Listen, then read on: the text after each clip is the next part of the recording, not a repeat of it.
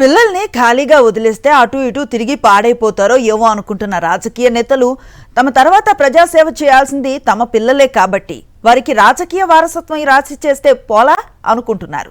విశాఖ జిల్లాలో కూటమి నేతలు తమ పిల్లల పొలిటికల్ ఎంట్రీ కోసం ముహూర్తం పెట్టుకుంటున్నారు. పిల్లలకు ఈత నేర్పేటప్పుడు పెద్ద కాలువలో కాకుండా పిల్ల కాలువల్లో నేర్పిస్తూ ఉంటారు. అలానే తమ వారసులను నేరుగా ఎమ్మెల్యే ఎన్నికల బరిలో దింపే కంటే స్థానిక సంస్థల ఎన్నికల్లో పోటీ చేస్తే బాగుంటుందని వారు భావిస్తున్నారు. స్థానిక సంస్థలు ఎప్పుడొచ్చినా పోటీకి తమ పిల్లల్ని సిద్ధంగా ఉంచితే బెటర్ అని ప్లాన్ చేస్తున్నారు. ఈలోపు తమతో పాటే జనంలోనే తిప్పుతున్నారు. పొలిటికల్ ఫాదర్స్ పుత్ర వాత్సల్యంపై స్పెషల్ స్టోరీ. తాము రాజకీయాల్లో యాక్టివ్గా ఉన్నప్పుడే, అందులోనూ అధికారంలో ఉన్నప్పుడే తమ పిల్లల్ని రాజకీయాల్లోకి తీసుకువచ్చేస్తే తండ్రిగా తమ బాధ్యత తీరిపోతుందని రాజకీయ తండ్రులు భావిస్తున్నారు.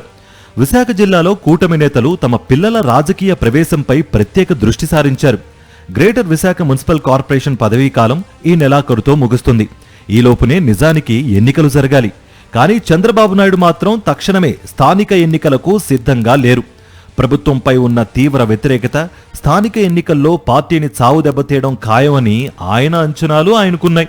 అందుకే జీవీఎంసీకి ఎన్నికలు నిర్వహించకుండా మరికొంతకాలం స్పెషల్ ఆఫీసర్ల పాలనలో ఉంచేద్దామని చంద్రబాబు డిసైడ్ అయ్యారు. ఇప్పుడు కాకపోయినా మరో 6 నెలల తర్వాత అయినా ఎన్నికలు నిర్వహిస్తే ఆ ఎన్నికల్లో తమ వారసులను కార్పొరేటర్లుగా బరిలో ఉంచాలని కూటమి నేతలు ముచ్చటపడుతున్నారు.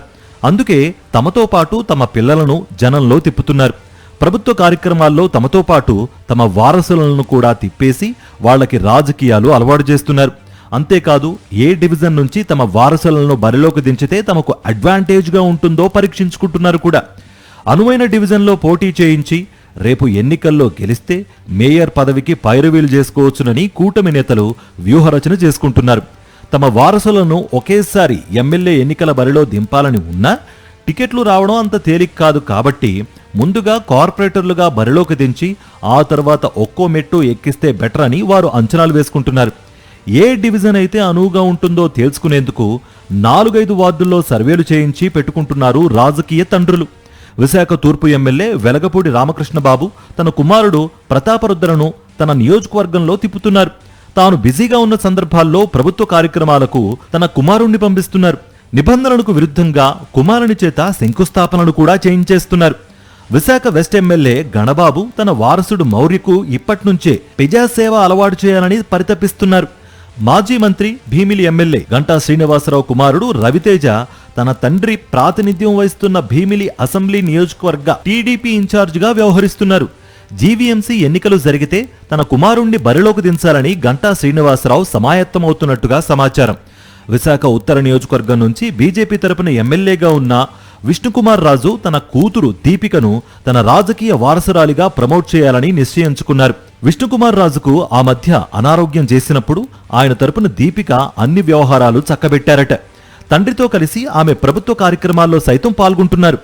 మాజీ ఎమ్మెల్యే విశాఖ పార్లమెంటరీ నియోజకవర్గ టీడీపీ ఇన్ఛార్జ్ గండి బాబ్జీ తన కుమారుడు వంశీని జీవీఎంసీ ఎన్నికల బరిలో దించాలని డిసైడ్ అయ్యారట.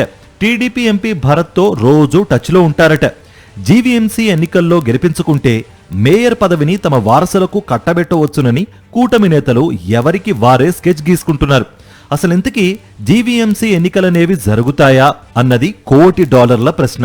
ఎందుకంటే ఎన్నికలకు భయపడే కదా చంద్రబాబు నాయుడు స్పెషల్ ఆఫీసర్ల పాలన వైపు మొగ్గు చూపింది. ఎన్నికలు ఎప్పుడు పెట్టినా కూటమికి ఘోర పరాభవం తప్పదన్నది 40 years ఇండస్ట్రీ చంద్రబాబుకు అర్థమైపోయింది. అందుకే ఈ ఆఫీసర్ల పాలన అంటున్నారు రాజకీయ పండితులు.